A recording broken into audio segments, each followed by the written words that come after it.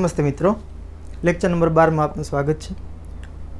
જે લોકોએ લેક્ચર 11 પૂરેપૂરો જોયો હોય એમના માટે એક સૂચના છે કે લેક્ચર 11 ની અંદર છેલ્લે આપણે એક દાખલો જે ગણતા હતા ઉદાહરણ નંબર 1.8 ઉદાહરણ 1.8 એમાં તમને આમ તો બતાવી જ દઉં આકૃતિ દોરીને। પ્રશ્ન છે કંઈક આ રીતનો હતો કે એક સમબાજુ ત્રિકોણ હતું। અહીંયા એક કોઈ ધન વીજભાર હતો Q1 10⁻8 કુલમ। આ શિરોબિંદુ છે ત્યાં Q2 વીજભાર હતો, એ પણ એટલો જ હતો 10⁻8 કુલમ, પણ એ ઋણ હતો। એટલે અહીંયા 10⁻8 અને સામે -10⁻8 કુલમ, એક ધન વીજભાર હતો, એક અહીંયા ઋણ વીજભાર હતો। અને આ ત્રણેય બાજુઓના માપ છે કંઈક 0.1 મીટર આપેલા હતા। અહીંયા શિરોબિંદુ C હતું, અહીંયા મધ્ય બિંદુ છે એને A કીધું હતું અને B બિંદુ છે એ અહીંયા ક્યાંક હતું। તો આપણે A, B અને C બિંદુ આગળ વિદ્યુત ક્ષેત્ર છે શોધવાના હતા। A, B અને C આમ તો ત્રણેય વિદ્યુત ક્ષેત્ર છે લેક્ચર નંબર 11 માં આપણે છેલ્લે ગણી જ નાખ્યા હતા, પણ છેલ્લે જરા એક ટેકનિકલ ગ્લિચના કારણે વિડીયો જે છે એ અધવચ્ચેથી કટ થઈ ગયો હતો અને આ C બિંદુ આગળનું જે વિદ્યુત ક્ષેત્ર આપણે મેળવ્યું હતું, મૂલ્ય આવી ગયું છે એના અંદર, મૂલ્ય જે મેળવ્યું ત્યાં સુધીનો ભાગ એ વિડીયોની અંદર આવી ગયો છે, પરંતુ દિશા બતાવવાની બાકી રહી ગઈ છે। ખરેખર બાકી એટલે મેં તો ભણાવી હતી, મેં જે વિડીયો પૂરો થયો લેક્ચર નંબર 11 પછી બીજું 15 મિનિટ ભણાવી દીધું હતું, પણ જ્યારે હું જોવા ગયો ત્યારે ખ્યાલ આવ્યો કે એ બધું કશું રેકોર્ડ જ નહોતું થતું, કોઈ કારણોસર છે રેકોર્ડિંગ બંધ થઈ ગયું હતું। તો એમાં એક અત્યારે ખાલી એક દાખલો જે ફરી ગણાવ્યો હતો એના અંદર મેં, એ તો વિડીયોમાં આવ્યો ના હોય એટલે હું ફરી વખત અહીંયા ગણાવી દઉં છું અને આ જે પ્રશ્ન હતો ઉદાહરણ 1.8 એની ખાલી વાત તમને કરી દઉં કે આ C બિંદુ આગળ જે વિદ્યુત ક્ષેત્ર હતું, જવાબ કંઈક હતો 9000 ન્યૂટન પર કુલમ। અને એની દિશાની જો વાત કરીએ તો ખાલી દિશામાં શું કરવાનું હતું આપણે, આ Q1 છે ને એ ધન વીજભાર હતો, તો ધન વીજભારના લીધે આ C બિંદુ આગળ વિદ્યુત ક્ષેત્ર છે ને એ આ દિશામાં આવે। એને આપણે કંઈક કીધું હતું E1C, પહેલા વીજભારને લીધે C આગળનું વિદ્યુત ક્ષેત્ર। અને આ Q2 છે એ ઋણ વીજભાર હતો, નેગેટિવ હતો, તો નેગેટિવનું વિદ્યુત ક્ષેત્ર છે એના પોતાના તરફ હોય, એટલે આ C બિંદુ આગળ વિદ્યુત ક્ષેત્ર છે એ આ બીજાના કારણે કંઈક આ દિશામાં પોતાના તરફ હશે, એને આપણે કહીએ E2C, બીજા વીજભારને લીધે C આગળનું ક્ષેત્ર। હવે પરિણામી વિદ્યુત ક્ષેત્ર છે એ કઈ દિશામાં છે, આપણે મૂલ્ય મેળવી દીધું હતું 9000 ન્યૂટન પર કુલમ ને આમની વચ્ચેનો ખૂણો છે કંઈક 120 ડિગ્રી હતો, આખી ગણતરી કરેલી છે। પણ દિશાની જો વાત કરીએ આપણે તો સદિશોના જ્યારે સરવાળા કરો ત્યારે ધોરણ 11નું થોડુંક સદિશોનું ગણિત ને બધું તમારે અહીંયા ભૂમિતિન છે યાદ કરવું પડે કે જ્યારે કોઈ પણ બે સદિશોનો આપણે સરવાળો કરીએ અને અગર જો એ બંને સદિશો છે એ સરખા મૂલ્યના હોય, તમે લેક્ચર નંબર 11 જોશો તો ખ્યાલ આવશે કે આ અને આ બંને એક સરખી કિંમતના જ હતા આપણે જ્યારે ગણતરી કરી હતી ત્યારે, કારણ કે આ C બિંદુ છે એ આ ધન વીજભારથી જેટલા અંતરે છે એટલું જ ઋણ વીજભારથી છે, એટલે અંતર સરખું હતું, બે વિદ્યુતભારના મૂલ્ય સરખા હતા, એટલે વિદ્યુત ક્ષેત્ર પણ આપણને સરખું મળતું હતું। તો અહીંયા આગળ આ E1Cનું વિદ્યુત ક્ષેત્ર અને E2Cનું વિદ્યુત ક્ષેત્ર છે એ સરખા મૂલ્યના હતા, અને જ્યારે કોઈ બે સદિશો સરખી કિંમતના હોય, સરખા મૂલ્યના હોય, ત્યારે પરિણામી સદિશ છે ને એ બંનેની બરાબર વચ્ચે હોય। એટલે અહીંયા આગળ પરિણામી સદિશ બતાવો ને તો કંઈક આ રીતના બરાબર વચ્ચેથી નીકળતો હોય, જેને આપણે કહીએ E net C, પરિણામી વિદ્યુત ક્ષેત્ર C બિંદુ આગળનું। તો આ વિદ્યુત ક્ષેત્રની દિશા શું હશે, આપણે જે દાખલો ગણ્યો એમાં A બિંદુ આગળનું વિદ્યુત ક્ષેત્રનું મૂલ્ય લખ્યું હતું, પછીની દિશા લખી હતી, એ જ રીતે B માટે પણ લખ્યું હતું, C માટે ખાલી મૂલ્ય લખ્યું હતું, દિશા બાકી રહી ગઈ હતી। તો એ દિશા કંઈક આ રીતે આપણે તમારે આકૃતિમાં બતાવવાની રહેશે, અને એની દિશા માટે લખવાનું શું, આ તરફ એવું ન લખાય ને, અને વ્યવસ્થિત આપણે શું લખી શકીએ, પરિણામી વિદ્યુત ક્ષેત્ર આ દિશામાં આવ્યું એટલે કે અહીંયા ધન વીજભાર છે ને અહીંયા ઋણ વીજભાર છે, એટલે એવું કહી શકાય, છેલ્લે વાક્ય તમે જરા તમારી જાતે લખી દેજો બુકની અંદર કે C બિંદુ આગળનું પરિણામી વિદ્યુત ક્ષેત્ર એ Q1 થી Q2 તરફની દિશામાં, અથવા તો ધન વીજભારથી ઋણ વીજભાર તરફની દિશા, આ દિશા છે એ ધનથી ઋણની કહેવાશે, તો ધન વીજભારથી ઋણ વીજભાર તરફની દિશામાં છે। ઓકે, તો આટલી વસ્તુ છે એ જરા તમે લખી દેજો। હવે આપણે એના પછીના પ્રશ્નો ઉપર આવીએ પાઠ્યપુસ્તકના। તો અહીંયા આગળ મેં બે પ્રશ્નો લખેલા છે, એક ઉદાહરણ છે 1.7 અને એક છે સ્વાધ્યાયનો 1.8। પહેલાં આપણે આ સ્વાધ્યાયનો 1.8 પ્રશ્ન કરીશું, એના અંદર એક કન્સેપ્ટ છે આપણે સમજવાનો છે, થોડીક બાબત છે યાદ રાખવાની છે, અને એના આધારે પછી આ ઉદાહરણ 1.7 છે તમને થોડુંક સરળતા રહેશે। સ્વાધ્યાય 1.8ના પ્રશ્નની જો વાત કરીએ, આવો પ્રશ્ન આપણે લાસ્ટ લેક્ચરમાં ગણી ગયા છીએ, બરાબર. જો કે રકમ શું છે જો અહીંયા, 2 બિંદુવત વિદ્યુતભારો. અક્ષર થોડાક ઝીણા છે એવું લાગે તો તમે લોકો છે ને સ્ક્રીન આડી કરીને વિડીયો જોજો, તો અક્ષરો છે વ્યવસ્થિત બતાવશે. ઓલું ઊભું રાખશો તો થોડુંક ઝીણું ઝીણું દેખાશે. હા, સારું. તો 2 બિંદુવત વિદ્યુતભારો છે. ક્યુ એ 3 માઇક્રોકુલમનો છે અને ક્યુ બી છે એ -3 માઇક્રોકુલમ. જો એક +3 છે, બીજો -3 છે, એક ધન એક ઋણ, બે સરખી કિંમતના જ વિદ્યુતભારો છે. એકબીજાથી શૂન્ય અવકાશમાં કેટલા અંતરે છે? 20 સેન્ટીમીટર અંતરે છે. એની આકૃતિ બનાવીએ ને તો કંઈક આવું થશે. ધારો કે અહીંયા એક ક્યુ એ વીજભાર છે, આ છે 3 માઇક્રોકુલમનો, અને અહીંયા ક્યાંક છે ક્યુ બી, એ 3 જ છે પણ કેવો છે? -3, બરાબર. તો આ 3 માઇક્રોકુલમ, પેલો -3 માઇક્રોકુલમ, એકબીજાથી 20 સેન્ટીમીટર અંતર. એટલે આ બંને વચ્ચેનું જે અંતર છે, આ ટોટલ અંતર એ છે 20 સેન્ટીમીટર. હવે પહેલો પ્રશ્ન કર્યો છે કે આ બંને વિદ્યુત ભારોને જોડતી રેખા એ બી, એટલે આ એ બિંદુ છે અને પેલું બી બિંદુ છે, ક્યુ એ ક્યુ બી વાળા જે ચાર્જ મૂકેલા છે. તો આ રેખા એ બીના મધ્ય બિંદુ આગળ વિદ્યુત ક્ષેત્ર કેટલું હશે? મધ્ય બિંદુ એટલે બરાબર વચ્ચે અહીંયા. ઓકે, એ પોઈન્ટને આપણે કંઈક નામ આપી દઈએ. આમ તો ઓ નામ આપેલું છે પુસ્તકમાં, ચલો આ મધ્ય બિંદુ ઓ કહી દઈએ. તો ત્યાં આગળ પરિણામી વિદ્યુત ક્ષેત્ર કેટલું હશે? હવે જો તમે લેક્ચર નંબર 11 વ્યવસ્થિત જોયું હોય ને તો આટલું આ વસ્તુ જે આ પ્રશ્નનો પહેલો ભાગ છે ને એ તો આવડવો જોઈએ દરેકને.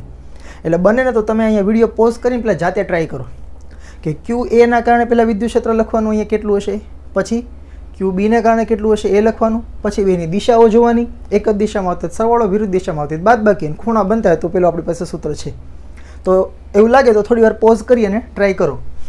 અને હવે જો ન થયું હોય તમારાથી તો હું અહીંથી સોલ્વ કરી દઉં.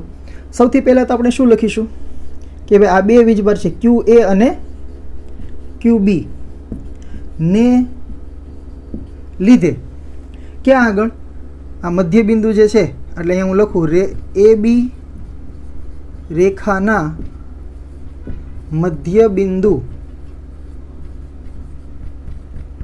આગળ ઉદ્ભવતા વિદ્યુત ક્ષેત્રના મૂલ્યો. આપણે આવું બળમાં લખતા જો યાદ હોય તો, પહેલાં ધારી લેવાનું બધું, આમ સંજ્ઞાઓ બધી, મૂલ્યો અનુક્રમે વિદ્યુત ક્ષેત્ર છે આપણે ઈ થી બતાવીએ, એટલે ઈ એ અને ઈ બી હોય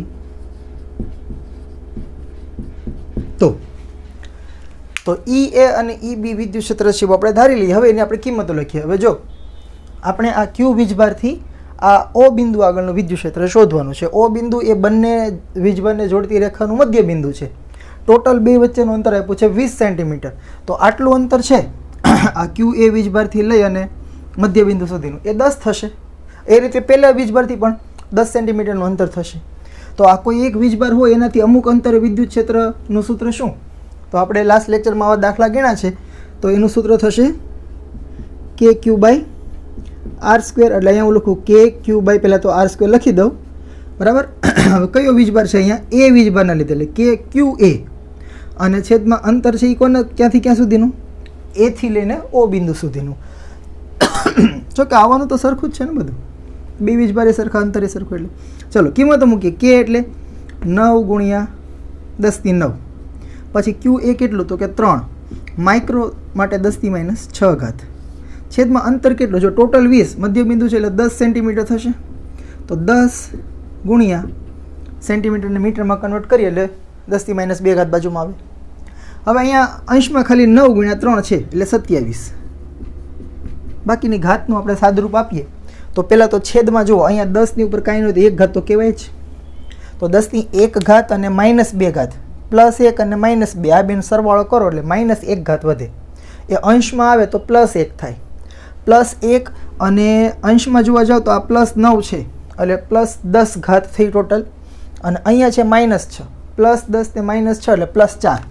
તો 27 ગુણ્યા 10⁴ ઘાત ન્યૂટન પ્રતિ કુલમ. આટલું વિદ્યુત ક્ષેત્ર છે એ આ એ વીજભારને કારણે હશે. હવે સોરી આપણી ભૂલ થાય છે.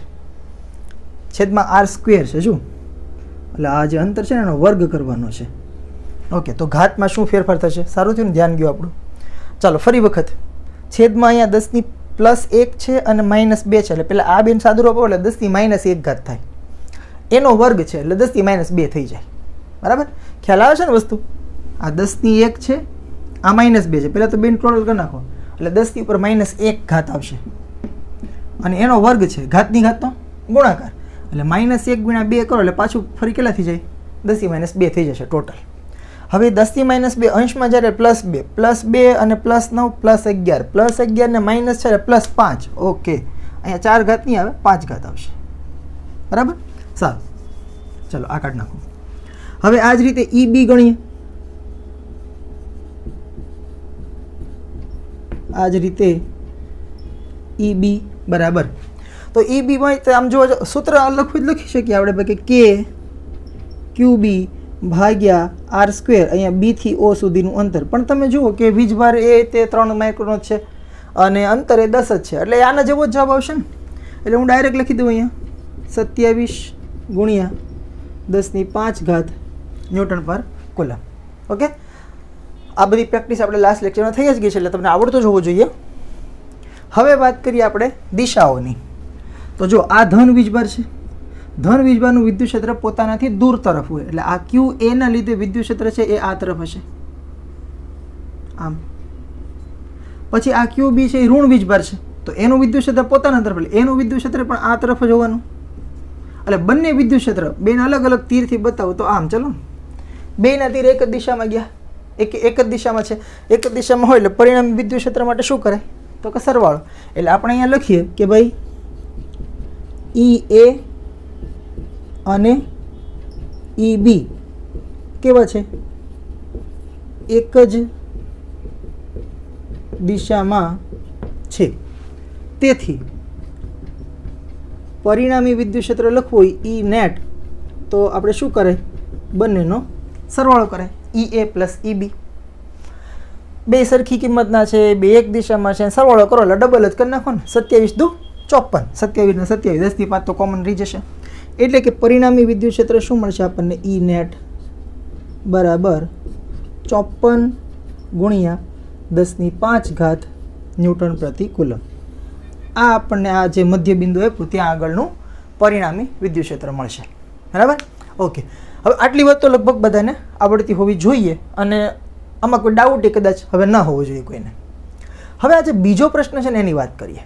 બીજો પ્રશ્ન શું કહે છે? જો આના અંદર તે પાછો બી પ્રશ્ન આપ્યો છે કે જો 1.5 × 10⁻9 કુલમ જેટલું માન એટલે કે મૂલ્ય ધરાવતો એક ઋણ પરીક્ષણ વિદ્યુતભાર, પરીક્ષણ વિદ્યુતભાર યાદ કરો, વિદ્યુત ક્ષેત્રની તીવ્રતા કેટલી છે ને એ નક્કી કરવા માટે જે વપરાય એને આપણે પરીક્ષણ વિદ્યુતભાર કહીએ. બરાબર, ટેસ્ટિંગ ચાર્જ. તો એ કેટલો છે? 1.5 × 10⁻9 કુલમ, અને એ પાછો ઋણ વીજભાર છે એવો. ઓકે, તો આ બિંદુએ મૂકવામાં આવે તો તેના પર કેટલું બળ લાગશે? બળનો પ્રશ્ન કર્યો છે અહીંયા. હવે આમ જોવા જાવ એટલે બળનો સવાલ આવે એટલે મોટા ભાગે આપણને સીધું યાદ આવે કે ભાઈ બળ લખવાનું છે F બરાબર લખી નાખો KQ1Q2/R². પણ અહીંયા એવું નહીં કરવાનું. અહીંયા આપણને શું કીધું છે? જો ફરીવાર ધ્યાનથી જુઓ કે 1.5 × 10⁻9 કુલમ મૂલ્ય ધરાવતો એક ઋણ પરીક્ષણ વિદ્યુતભાર, એટલે પરીક્ષણ વિદ્યુતભાર આપેલો છે આ, જેને આપણે Q0 થી બતાવતો જો યાદ આવતું હોય તો. બરાબર, આ પરીક્ષણ વિદ્યુતભાર છે એ આ બિંદુ મૂકવામાં, આ બિંદુ એટલે કેવું? ઓલું મધ્ય બિંદુ હતું ને ત્યાં, અહીંયા મૂકવામાં આવે છે. તો તેના પર બળ કેટલું લાગશે? એટલે એક જ વીજભાર આપેલો છે. જો અહીંયા તમને એવું નથી પૂછ્યું કે બે વિદ્યુતભાર છે અને એના વચ્ચેનું અંતર આટલું છે તો એ બે વચ્ચે કેટલું બળ લાગે, એવું નથી પૂછ્યું. એનું તો ઓલું વિદ્યુત ક્ષેત્ર બધું વણ નાખ્યું આપણે. પછી કીધું કે આ બે જે વિદ્યુતભાર મૂક્યા, પરિણામી વિદ્યુત ક્ષેત્ર મળ્યું, એ મધ્ય બિંદુ આગળ આપણે આ પરીક્ષણ વીજભાર મૂકવાનો છે, એના પર બળ કેટલું લાગે. તો અહીંયા KQ1Q2/R² વાળું સૂત્ર નહીં આવે. મેઇન વસ્તુ તો આપણે આ ખાસ યાદ રાખવાની છે. હવે એ નહીં આવે તો બીજું કયું સૂત્ર આવશે? તો પરીક્ષણ વિદ્યુતભાર વાળું ક્યાં આવતું હતું યાદ કરો. વિદ્યુત ક્ષેત્રની જે આપણે થિયરી ભણ્યા હતા એમાં કંઈક આવું સૂત્ર હતું. આમ તો એક કામ કરીએ, આ જે છે એ આ A પ્રશ્નનો જવાબ અને B પ્રશ્નનો જવાબ હું અહીંયા લખી દઉં છું. બરાબર, B પ્રશ્નનો જવાબ. આપણી પાસે વિદ્યુત ક્ષેત્રનું સૂત્ર હતું E બરાબર F/Q0. આ યાદ આવે છે? F/Q0 કપાતું નથી ને ઉપરથી? ના ના, ઓકે. બતાવી છે. ચલો, તો E બરાબર F ભાગ્યા Q0 છે. આમાંથી જો તમે F ને કરતા બનાવો તો F બરાબર શું થાય? Q0 ગુણ્યા E થાય. જો તો આ Q0 સામે જવા દો, E સાથે ગુણાકારમાં અંશમાં લઈ લો. તો આ સૂત્ર છે એના ઉપરથી બળ મળી શકે. Q0 તો કે પરીક્ષણ વિદ્યુતભાર આપેલો છે આપણને. આ E એટલે શું? તો કે જે બિંદુએ પરીક્ષણ વિદ્યુત મૂક્યો ત્યાં વિદ્યુત ક્ષેત્ર, તો એ પણ આપણે ગણેલું છે. જોયું 54 × 10⁵.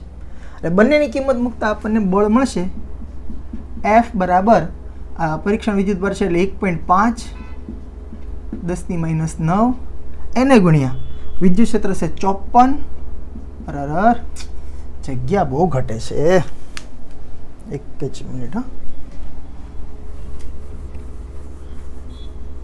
એક તો અક્ષરે નાના નાના કરવા પડે અને ઉલટાની જગ્યા ઘટે. પછી બ્લેક પેન ક્યાં મૂકી મેં મારી? ચાલો અહીંથી ઉપર લઈ લો અને બ્લેકથી ત્યાં બીજો પાર્ટ લખો. બરાબર, F બરાબર E બરાબર F ભાગ્યા Q0 પરથી કોને કરતાં બનાવીશું? તો કે F ને. તો કે F બરાબર Q0 ગુણ્યા E થશે. બરાબર, આ સૂત્ર પરથી વિદ્યુત ક્ષેત્રના સૂત્ર પરથી F ને કરતાં બનાવ્યું.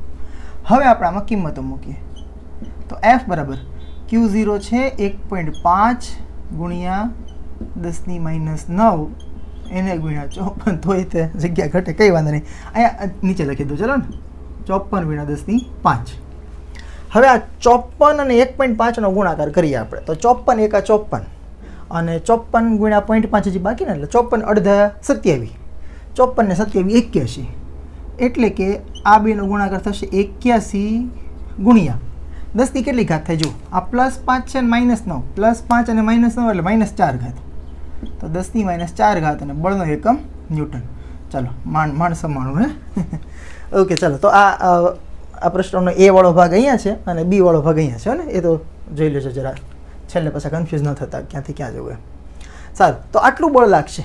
F બરાબર 81 × 10⁻4 ન્યૂટન. હવે બીજી વાત એ કે આ બળ કઈ દિશામાં લાગે? તો આપણને ખબર છે કે ભાઈ જો આ મેં સૂત્ર લખ્યું એમાં આ વિદ્યુત ક્ષેત્ર સદિશ છે અને સામે F સદિશ છે. આ સૂત્રમાં F અહીંયા છે અને E અહીંયા છે.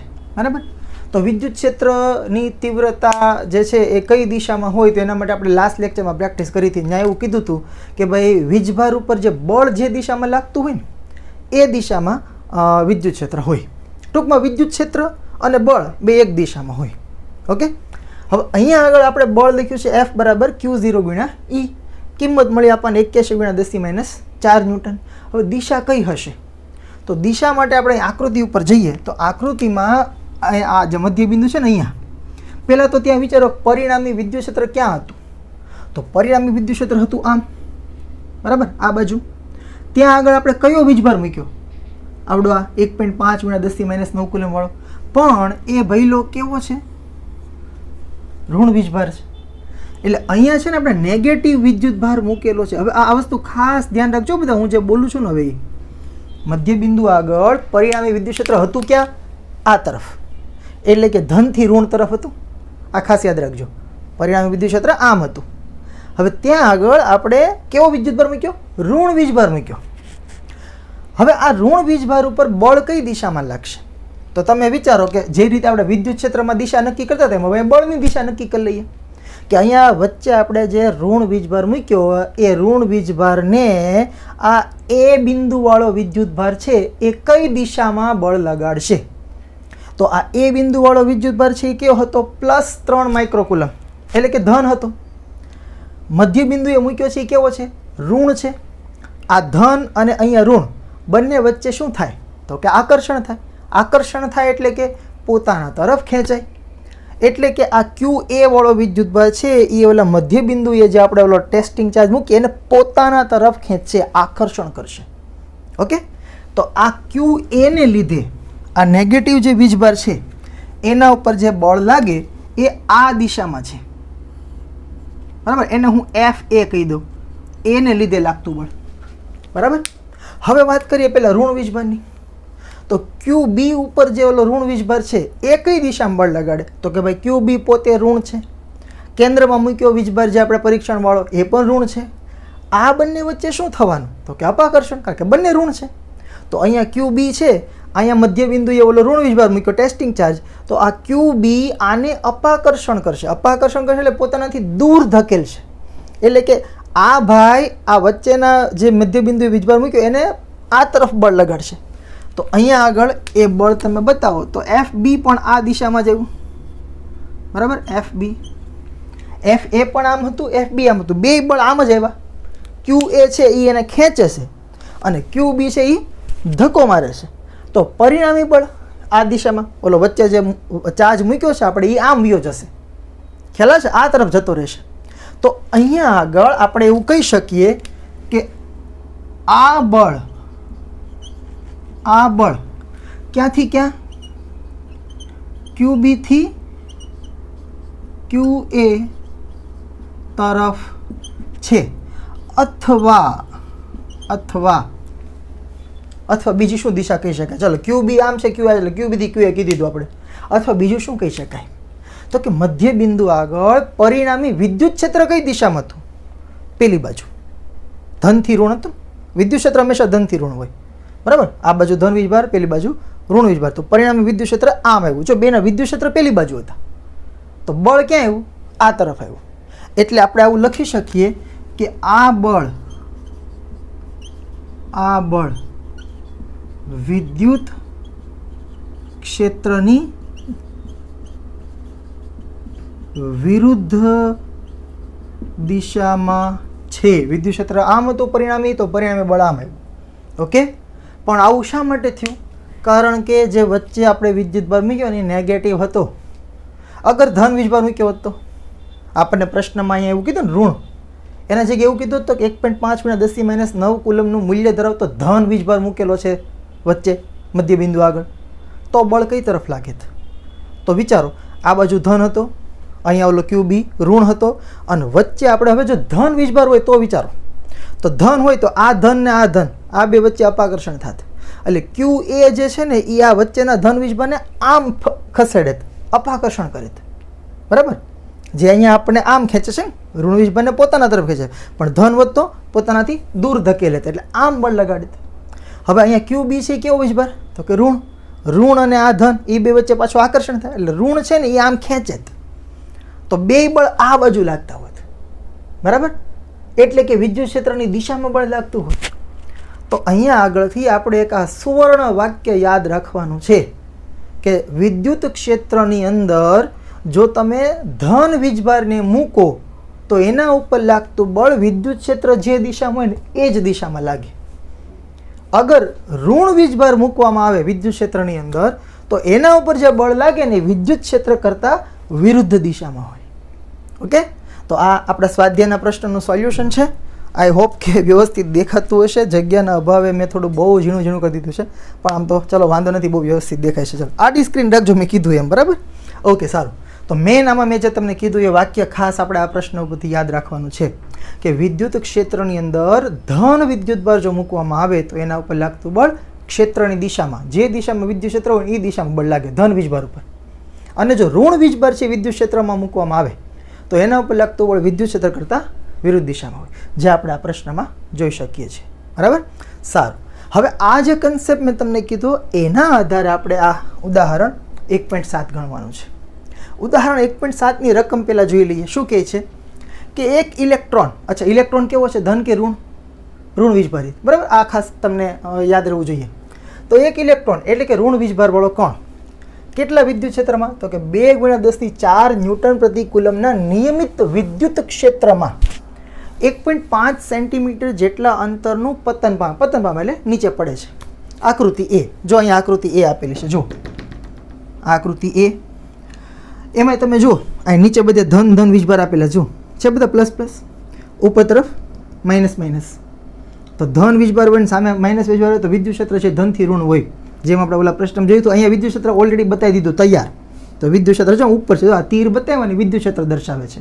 આ તીર છે અને વિદ્યુત ક્ષેત્ર રેખા કહેવાય. આપણે આગળ ભણશું એના વિશે. ઓકે. તો વિદ્યુત ક્ષેત્ર એ ક્યાં છે? ઉપરની તરફ છે. એના અંદર વચ્ચે શું મૂકેલો છે? ઇલેક્ટ્રોન. આ ઇલેક્ટ્રોન નીચે પડે છે. મને જરા વિચારીને કહો કે આ ઇલેક્ટ્રોન ઉપર બળ કઈ દિશામાં લાગતું હશે? વિદ્યુત ક્ષેત્રના કારણે જે બળ લાગે એ કઈ દિશામાં લાગતું હશે? તો હમણાં આપણે સામે વાત કરી એમ કે જ્યારે વિદ્યુત ક્ષેત્રની અંદર ઋણ વીજભાર મૂકવામાં આવે તો તેના પર લાગતું બળ વિદ્યુત ક્ષેત્રની વિરુદ્ધ દિશામાં હોય. તો આ આકૃતિ જુઓ તમે, પહેલી આકૃતિ, એમાં વિદ્યુત ક્ષેત્ર ઉપર બતાવ્યું, તો આને બળ ક્યાં લાગશે? નીચે તરફ, બરાબર. અને બીજી આકૃતિ જુઓ, અહીંયા બીજી આકૃતિમાં વિદ્યુત ક્ષેત્ર ઉલટાઈ નાખ્યું, જો નીચે તરફ તીર કરી દીધા, પણ હવે એના અંદર ઇલેક્ટ્રોનની જગ્યાએ શું મૂક્યું? જો પ્લસ ઈ મૂક્યો. પ્લસ ઈ એટલે પ્રોટોન છે. આગળ અહીંયા કીધું જ છે જો રકમમાં કે હવે ક્ષેત્રનું માન એટલે કે મૂલ્ય અચળ રાખીને તેની દિશા ઉલટાવવામાં આવે છે અને તેમાં એક પ્રોટોન તેટલા જ અંતરનું પતન કરે છે, બરાબર. એટલે કે આ પ્રોટોન છે, વિદ્યુત ક્ષેત્ર નીચે તરફ છે, પ્રોટોન છે ધન વીજભારી છે. ધન વીજભાર ઉપર લાગતું બળ વિદ્યુત ક્ષેત્રની દિશામાં હોય, એટલે અહીંયા વિદ્યુત ક્ષેત્ર નીચે છે એટલે આના પર બળ નીચે લાગશે. આ કિસ્સામાં વિદ્યુત ક્ષેત્ર ઉપર છે પણ અંદર જે કણ મૂક્યો એ ઋણ છે, તો ઋણ ઉપર લાગતું બળ વિદ્યુત ક્ષેત્ર કરતાં વિરુદ્ધ દિશામાં, એટલે આમાં પણ બળ છે ક્યાં લાગશે? નીચે લાગશે, બરાબર. એટલે સૌથી પહેલી વસ્તુ અહીંયા હું ડાયરેક્ટ આ લખી દઉં કે ભાઈ બંને કિસ્સામાં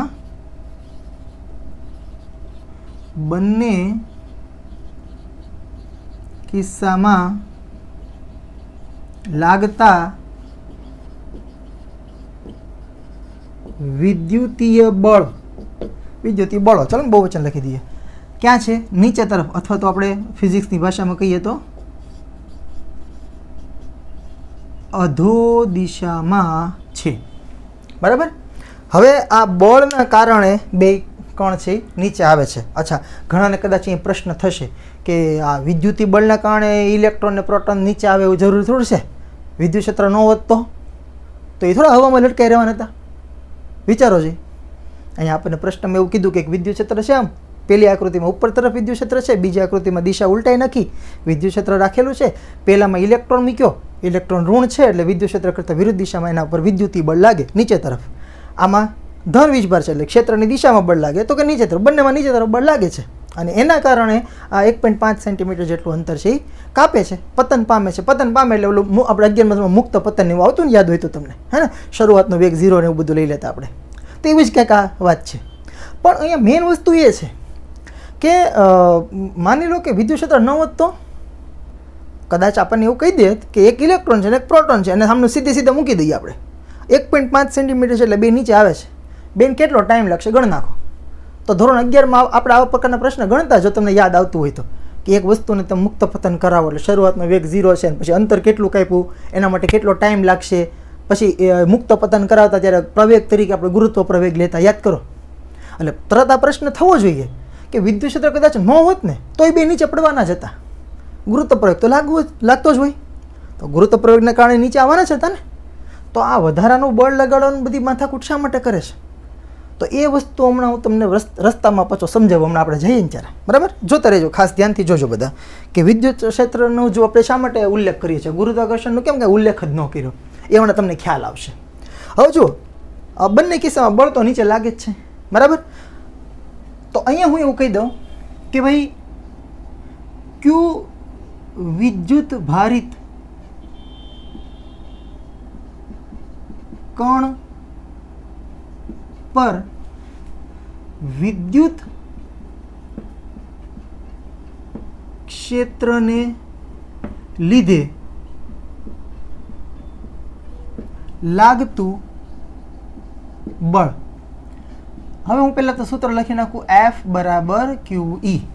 આમાં હવે વાંધો ન હોવો જોઈએ, ઓકે. વિદ્યુત ક્ષેત્રની અંદર કોઈ વિદ્યુત ભાર મૂકેલો હોય ત્યારે બળનું સૂત્ર F બરાબર QE આવશે. હવે અહીંયા K Q1 Q2 બાર સ્ક્વેર નહીં આવે, હે ને.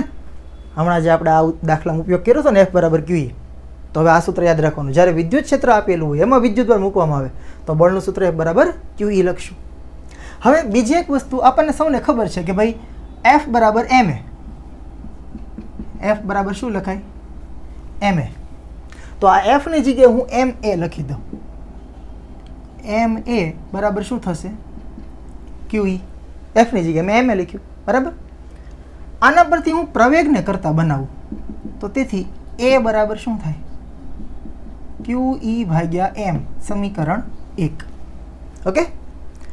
તો આનો અર્થ એવો થાય છે કે ભાઈ વિદ્યુત ક્ષેત્રના કારણે જે બળ લાગ્યું, બળ લાગે એટલે કે પ્રવેગ મળે વસ્તુને, તો પ્રવેગ જે છે ને આટલો મળશે, QE/m. હવે અહીંયા વાત કરીએ આપણે કે એ પ્રવેગ કેટલો હશે. આ વિદ્યુત ક્ષેત્રના કારણે જે પ્રવેગ મળે એની વાત કરું છું. આ Q એટલે શું? વિદ્યુતભાર. વિદ્યુતભાર તરીકે કોણ છે? એક કિસ્સામાં ઇલેક્ટ્રોન છે અને બીજા કિસ્સામાં પ્રોટોન છે. આપણને ખબર છે કે બેના વિદ્યુતભાર છે તો સરખા જ, 1.6 × 10⁻19. ઇલેક્ટ્રોન હોય તો ઋણ વીજભાર હોય અને પ્રોટોન હોય તો ધન વીજભાર હોય, પણ મૂલ્ય તો બેના સરખા જ છે ને, 1.6 × 10⁻19 કુલમ. તો ખાલી એક થોડીક વાર માટે એવું વિચારો કે આ Q જે છે ને, અહીંયા બાજુમાં ખાલી રફ વર્ક કરું છું, જો કે આ બધી વસ્તુ છેલ્લે લખશું જ આપણે. આ તો ખાલી હું તમને એક આઈડિયા આપું છું કે શા માટે ઓલું ગુરુત્વાકર્ષણ આપણે ધ્યાનમાં નથી લેતા, એની વાત કરીએ છીએ આપણે. 1.6 × 10⁻19. પછી વિદ્યુત ક્ષેત્ર કેટલું આપ્યું આપણને? 2 × 10⁴ ભાગાકારમાં m. m એટલે શું? જે તે કણનું દળ. હવે જો આપણે ઇલેક્ટ્રોનની વાત કરતા હોય તો ઇલેક્ટ્રોનનું દળ આપણે પહેલા લેક્ચરમાં વાત કરેલી છે. ઇલેક્ટ્રોનનું દળ છે ને એ કેટલું છે? કંઈક 9.11 × 10⁻31. ઓકે, હવે આની જે તમે ગણતરી કરો ને જે કાંઈ જવાબ આવે ને આટલો પ્રવેગ આ ઇલેક્ટ્રોનને મળે, કારણ કે મેં ઇલેક્ટ્રોનનું દળ લખ્યું છે છેદમાં. એ બધી ગણતરી પછી કરશું. એ આંકડાને ગોળી મારો, 1.6 અને 2 અને 9.11 એને એક બાજુ મૂકો, ખાલી ઘાત જુઓ તમે. આ છેદમાં કેટલી ઘાત છે? -31. -31 અંશમાં જાય તો +31, +31 ને +4 +35 ઘાત, +35 ને આગળ કેટલી છે? -19. +35 માંથી -19 કરો, 35 માંથી 19 બાદ કરો એટલે કે 35 માંથી 10 બાદ કરો એટલે 25, 25 માંથી જે બીજી 9 બાદ કરો એટલે 16 ઘાત. હવે આ વસ્તુનો જે જવાબ આવતો હોય, 10 ની કેટલી ઘાત આવી? 16 ઘાત અને પ્લસ ઘાત આવી ને, આટલો પ્રવેગ જે છે એ ભાઈ શ્રી ઇલેક્ટ્રોનને મળે. હવે 10 ની 16 ઘાત એટલે શું? તમે સિમ્પલ વિચારો, આપણે 10 થી 3 ને 1000 કહીએ ને, 10 થી 3 ઘાત એટલે એકડા પાછળ 3 વખત 0, તો 10 ની 16 ઘાત એટલે એકડાની પાછળ 16 વખત 0 લગાડો અને પછી તમે એને ગણતા આવો, એકમ, દશક, 100, 1000, 10,000, લાખ, 10 લાખ, કરોડ, 10 કરોડ, અબજ. પછી તો આપણે ભૂલી જાય, પછી આપણને ખબર નથી પડતી ખરવન, શંકુન, નિશકુન બધું. હે, તો એકડા પાછળ 16 વખત 0 લગાડો ને, આટલો પ્રવેગ આ વિદ્યુત ક્ષેત્રના કારણે ઇલેક્ટ્રોનને મળે. અચ્છા, પ્રોટોન હોત તો શું થાત? તો પ્રોટોન હોત ને તો અહીંયા ઘાત છે એ -31 ન હોત. પ્રોટોનનું દળ છે ને એ કંઈક 1.67 10 - 27 છે. ઓકે, પ્રોટોનનું દળ એના કરતાં થોડું વધારે છે, પણ તોય -27 ઘાત તો વધારે છે કહેવાય ને. જો અંશમાં છે તો +27, +27 ને +4 +31 ને -19 તમે કરો, 31 માંથી 19 બાદ કરો એટલે 12 ઘાત. તો પ્રોટોનને છે ને એકડા પાછળ 12 વખત 0 કરો ને આટલો પ્રવેગ મળે. આગળ જે કાંઈ ઓલો આંકડો આવતો એ વસ્તુ તો અલગ છે, એ તો હજી ગણ્યો જ નથી મેં, બરાબર. હવે તમે વિચારો કે અહીંયા આગળ જ્યારે ઇલેક્ટ્રોન નીચે પડે છે, આમાં પ્રોટોન નીચે પડે છે, ત્યારે એને વિદ્યુત ક્ષેત્રનું જ આપણે કેમ ધ્યાનમાં લઈએ છીએ? તો કે વિદ્યુત ક્ષેત્રના કારણે જે પ્રવેગ મળે છે એ બહુ વધારે છે. કોની સરખામણીએ? પેલા ગુરુત્વ પ્રવેગની સરખામણી. ગુરુત્વ પ્રવેગ કેટલો લાગવાનો?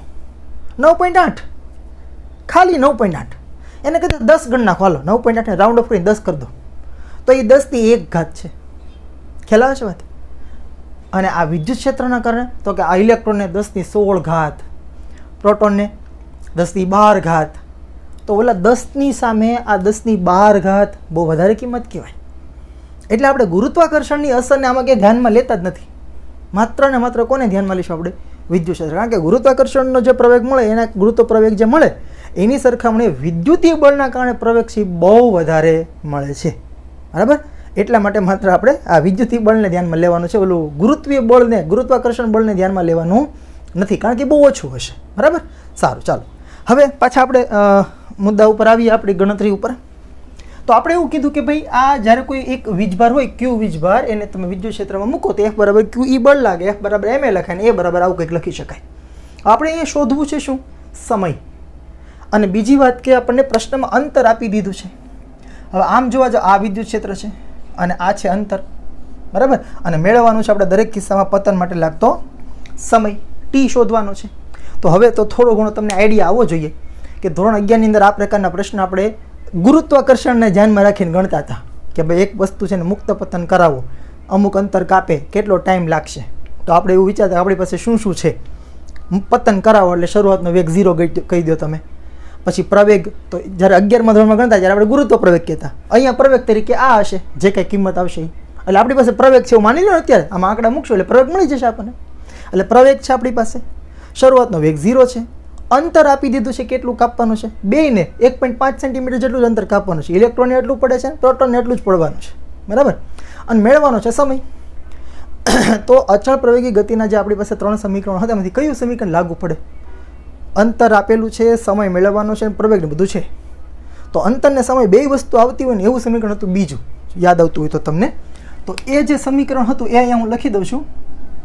હવે d બરાબર v0t પ્લસ 1/2 at² પરથી આ d તો કે અંતર તો આપેલું છે આપણને. v0 હું 0 લઈ લઉં, પતન પામે છે એટલે વિદ્યુત ક્ષેત્ર જ્યારે લાગુ પડ્યું ત્યારે શરૂઆતમાં તે સ્થિર રહેશે, પછી વિદ્યુત ક્ષેત્રને કારણે બળ લાગ્યું એટલે v0 ને હું 0 લઈ લઉં તો આ પદ 0 થઈ ગયું. વચ્ચે શું અહીંયા 1/2 at². અને આ એની કિંમત સાથે સાથે મૂકી જ દઉં ને, ચલો ને પાછી જગ્યા ઘટશે છેલ્લે ને. તો એની જે લખી દઈએ QE/m અને એને ગુણ્યા t². હવે આપણે મેળવવાનું છે આમાંથી t. તો તમે અહીંથી પહેલાં તો t² ને કરતાં બનાવો, અહીંયા બાજુમાં લખી દો. તો તેથી t² બરાબર શું થાય? તો કે બાકી બધું સામે જવા દો. તો અહીંયા 2m છેદમાં છે, સામે જશે તો ગુણાકારમાં જાય એટલે 2dm. અને 1 તો લખવાની જરૂર નથી, QE છે એ સામે છેદમાં અને dm છે અંશ, સોરી આ 2m છે અંશમાં અને આ QE છે એ સામે છેદમાં, એટલે t² બરાબર આવું થાય. તો t શું થાય? તો કે ભાઈ સામે વર્ગમૂળ લગાડી દો ને, 2dm ભાગ્યા QE, સમીકરણ ક્રમાંક 2. હવે આમાં અંદર આપણે પહેલા કિસ્સામાં ઇલેક્ટ્રોન માટે સમય ગણવાનો છે, બીજા કિસ્સામાં પ્રોટોન માટે સમય ગણવાનો છે. હવે જો બે વસ્તુમાં તમે જોવા જાઓ તો આ સૂત્રમાં 2 પછી d એટલે બેને કાપવાનું અંતર, તો બે સરખા જ અંતર કાપે છે. m દળ બેના અલગ અલગ છે. q વીજભાર, તો વીજભાર બેના સરખા જ છે.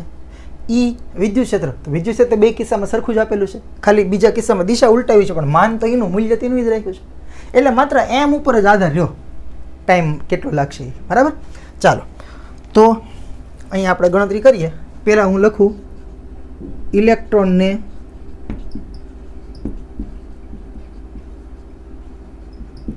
પતન માટે લાગતો સમય, તેને હું TE કહી દઉં. તો વર્ગમૂળમાં સૂત્ર શું લખશું? 2D અહીંયા ME, બરાબર. દળ અલગ છે એટલે ત્યાં એક પ્રત્યય લગાડવો પડશે, બાકી Q ને E ને આ બધું સરખું જ છે એટલે એમાં કંઈ EE લગાડવાની જરૂર નથી, ખાલી દળ ઇલેક્ટ્રોન એમ, બાકી તો બધું ઇલેક્ટ્રોન આપણને ખબર છે. તો 2 ગુણ્યા અંતર કાપવાનું છે 1.5 સેન્ટીમીટર છે ને મીટરમાં ફેરવશો એટલે 10-2. પછી ME માસ ઓફ ઇલેક્ટ્રોન છે 9.11 10-31 ભાગાકારમાં Q ઇલેક્ટ્રોનનો વીજભાર છે 1.6 10-19 અને E એટલે વિદ્યુત ક્ષેત્ર આપેલું છે 2 ગુણ્યા 10-4. તો અહીંયાથી આપણે જોવા જાઓ તો આ 2 કેન્સલ થઈ જાય તો સામસામા, બરાબર. બાકીની ગણતરી છે આપણે કેલ્ક્યુલેટરથી કરી લઈએ. તો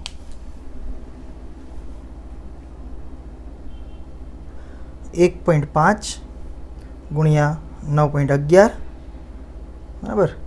હાલો એ બેનો જવાબ આવ્યો 13.665 અને ભાગાકારમાં છે 1.6 એટલે 8.54 એવું.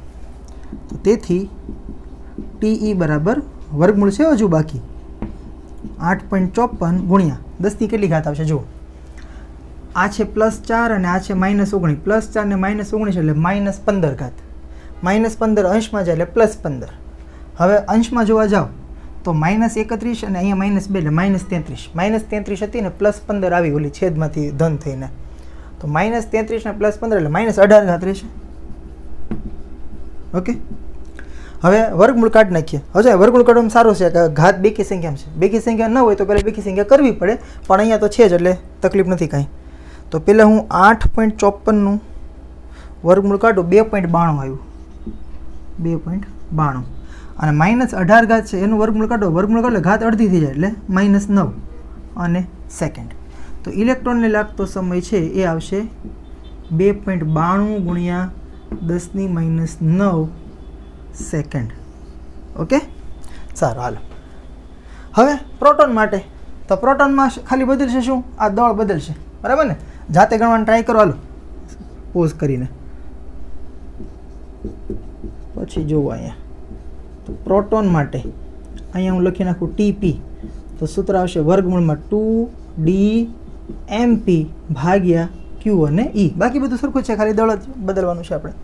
તો તેથી TP બરાબર વર્ગમૂળમાં 2 ગુણ્યા અંતર એટલું જ કાપવાનું એટલે 1.5 10⁻².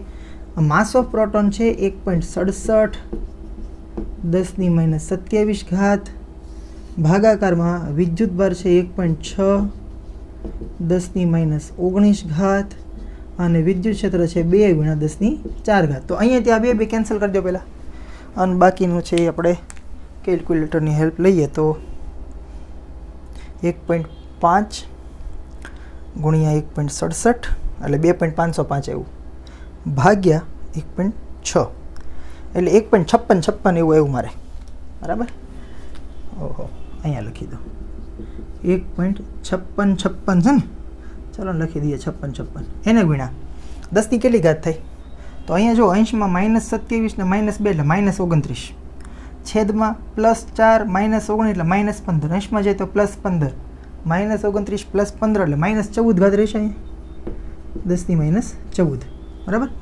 અને આ તો જે વર્ગમૂળમાં છે, સોરી આ જે વર્ગમૂળ બાકી છે, -14 ઘાત આવી એટલે બેકી સંખ્યા જ છે 14 એટલે, બરાબર? તો ડાયરેક્ટ આપણે વર્ગમૂળ કાઢી નાખીએ એટલે વર્ગમૂળમાં 1.5656 લખીએ એટલે 1.2512. તો તેથી પ્રોટોનને લાગતો સમય આવ્યો 1.25 ગુણ્યા 10⁻14 છે એનું વર્ગમૂળ કાઢો એટલે -7 સમયનું એકમ સેકન્ડ. તો આટલો ટાઈમ છે એ પ્રોટોનને લાગશે, બરાબર? તમારા પાઠ્યપુસ્તકમાં કંઈક 1.3 આપેલું છે, બરાબર? તો એ જરા સુધાર નાખવાનું. 10⁻7 તો આપે જ છે એમાંયથી, ઓકે, પણ 1.25ની જગ્યાએ એમણે 1.3 લખેલું છે, પણ 1.25 આવશે જવાબ. ઓકે, સારું. તો આ થઈ ગયું આપણું ઉદાહરણ 1.7, બરાબર? 1.7 જે ઉદાહરણ છે એમાં ખાલી આ સૂત્ર મેં બનાવ્યું, એમ તો 11મું ધોરણ ક્લિયર હશે ને તો વાંધો નહીં આવે કઈ રીતે સૂત્ર બનાવ્યું. બળ લાગે એના લીધે પ્રવેગ મળે, પછી ઓલું અચળ પ્રવેગી ગતિનું સમીકરણ ટીનું સૂત્ર બનાવ્યું. હવે આ બધામાં બધું સરખું છે બે વસ્તુ માટે, બે કિસ્સામાં ખાલી ઇલેક્ટ્રોન પ્રોટોન છે એટલે દળ બદલાશે, એટલે બેના અલગ અલગ કિંમતો મૂકીને આપણે ગણતરી કરી. તો આટલો ટાઈમ છે ઇલેક્ટ્રોન લાગશે 2.92 10⁻9 અને પ્રોટોનને લાગશે 1.25 10⁻7, બરાબર? ઓકે, તો આ લેક્ચરમાંથી ખાસ મેં જે તમને કીધું યાદ એ આપણે રાખવાનું છે કે ધન વિદ્યુતભાર જો વિદ્યુત ક્ષેત્રની અંદર મૂકવામાં આવે તો એના ઉપર જે બળ લાગે એ વિદ્યુત ક્ષેત્રની દિશામાં હોય, અને ઋણ વીજભાર હોય એને જો વિદ્યુત ક્ષેત્રમાં મૂકવામાં આવે તો એના ઉપર લાગતું બળ વિદ્યુત ક્ષેત્રની વિરુદ્ધ દિશામાં હોય. આ એક વસ્તુ ખાસ યાદ રાખજો, આગળ જતાં બહુ કામ આવવાની છે, બરાબર? અને બીજી એક વાત, ખાલી તમને એક પ્રશ્ન મૂકીને જાઉં છું. આપણો સામાન્ય અનુભવ શું હોય? એક હલકી વસ્તુ ને એક ભારે વસ્તુ તમે બેને એક સાથે પતન કરાવો, કોણ વહેલા નીચે પહોંચે? તો આપણો સામાન્ય અનુભવ એવું કહે છે કે વજનદાર વસ્તુ હોય જેનું દળ વધારે હોય એ ફટાફટ નીચે પહોંચે, બરાબર? એ હવાના અવરોધને એના કારણે હલકી વસ્તુ બિચારી ધીમે ધીમે પહોંચે. શૂન્ય અવકાશ હોય, ધારો કે શૂન્ય અવકાશ હોય તો શું થાય? તો કે ભાઈ એમાં હવાનો અવરોધ છે જ નહીં, હું માની લો. તો બેને કયો શૂન્ય અવકાશ જે છે, આમ તો શૂન્ય અવકાશની અંદર પછી ગુરુત્વ પ્રવેગનો આવે. ઓકે, ચલો એવું વિચારો કે માત્ર ગુરુત્વ પ્રવેગની અસર હેઠળ, સોરી આપણે શૂન્ય અવકાશની જ વાત કરીએ, હાલો. શૂન્ય અવકાશ હોય, બંને વસ્તુને તમે એક સાથે મૂકો તો હલકી હોય ભારે બે એક સાથે નીચે પહોંચે. આ કદાચ તમને થોડી નવાઈ લાગશે આ વસ્તુ જાણીને, પણ ઇન્ટરનેટ ઉપર વિડીયો ઘણા અવેલેબલ છે, જોજો તમે કે વેક્યુમની અંદર તમે કોઈ વસ્તુને એક સાથે મૂકો એના દળ સાથે કોઈ લેવા દેવા નથી તો બે એક સાથે નીચે પડે, બરાબર? અને જો હવાનો અવરોધ ન હોય, અત્યારે આપણે સામાન્ય આપણો રોજબરોજનો અનુભવ એવો છે કે એક કાગળનો ટુકડો લો તમે, સાવ હલકો કાગળ, અને એક પથ્થર લો અને બેન છોડી દો તો પથ્થર ફટાફટ નીચે પહોંચે, બરાબર? એ શા કારણે એવું થાય છે ખબર? કારણ કે કાગળના ટુકડાને છે ને અવરોધ લાગે હવાનો, પણ હવાનો અવરોધ ન હોય ધારો કે, અને માત્ર પૃથ્વી જ ખાલી એના પર ગુરુત્વાકર્ષી બળ લગાડતી હોય, ઓકે, બેના એકનું દળ વધારે ને એકનું ઓછું, તો જેનું દળ વધારે છે એના પર વધારે બળ લાગશે. એમ જે તમે કરશો બેમાં ગુરુત્વ પ્રવેગ સરખો પણ બંનેના દળ અલગ અલગ, એટલે આના પર બળ વધારે લાગશે, આના પર ઓછું લાગશે. જે ભારે છે એનું દળ વધારે હશે, વજન વધારે હશે એટલે બળ વધારે લાગશે. હલકો છે એને ઓછું બળ લાગશે, એટલે ભારેવાળું છે ફટાફટ નીચે જશે, હલકો છે ધીમે ધીમે નીચે જશે, બરાબર? ટૂંકમાં કહેવાનો અર્થ એવો થાય કે હલકો છે ફટાફટ નીચે એટલે ઓછા ટાઈમમાં પહોંચશે, સોરી ભારે પદાર્થ છે એ ફટાફટ નીચે પહોંચે એટલે ઓછો ટાઈમ લાગશે ને. અને હલકો પદાર્થ હશે ને ધીમે ધીમે નીચે જશે, બળ એને ઓછું લાગે છે એટલે એને ઓછો ટાઈમ વધારે ટાઈમ લાગશે ને ધીમે ધીમે જાય એટલે. પણ અહીંયા આગળ તમે જુઓ ને કે અહીંયા આપણે એવું કીધું કે ઇલેક્ટ્રોનને છે નેનો સેકન્ડ લાગી, જો 10⁻⁹ અને પ્રોટોનને છે ને -7, તો -7 એટલે વધારે કહેવાય આ -9 કરતાં, એટલે પ્રોટોનને વધારે ટાઈમ લાગ્યો, ઇલેક્ટ્રોનને ઓછો ટાઈમ લાગ્યો. આવું કેમ થયું? ખરેખર તો પ્રોટોન ભારે છે તો ફટાફટ નીચે જવો જોઈએ, ફટાફટ નીચે જવો જોઈએ એટલે ઓછો ટાઈમ લાગવો જોઈએ. આ થોડુંક ટંગ ટ્વિસ્ટર જેવું છે, મને ભૂલાઈ જશે ક્યારેક કે શું વધારે ને શું ઓછું એમ. પણ જેનું દળ વધારે એ જલ્દી નીચે જવો જોઈએ, જલ્દી નીચે જવો જોઈએ એટલે કે એને ઓછો ટાઈમ લાગવો જોઈએ. અચ્છા, મને ભૂલાઈ જાય છે. અને જે હલકી વસ્તુ છે એ ધીરે ધીરે નીચે જાય એટલે એને વધારે ટાઈમ લાગવો જોઈએ, બરાબર, ધીમે ધીમે જાય એટલે. પણ અહીંયા તમે જુઓ કે ઇલેક્ટ્રોનને -9 સેકન્ડ લાગી, જ્યારે પ્રોટોનને -7 લાગી. બેમાંથી ઓછો સમય કયો? -9. તો ઇલેક્ટ્રોન હલકો છે છતાં સ્પીડમાં પહોંચ્યો, જ્યારે પ્રોટોન વજનદાર છે છતાં ધીમે ધીમે ગયો એવું કહેવાય. આવું કેમ થયું હશે વિચારજો તમે, બરાબર. મળીએ આપણે નેક્સ્ટ લેક્ચરમાં. Thank you.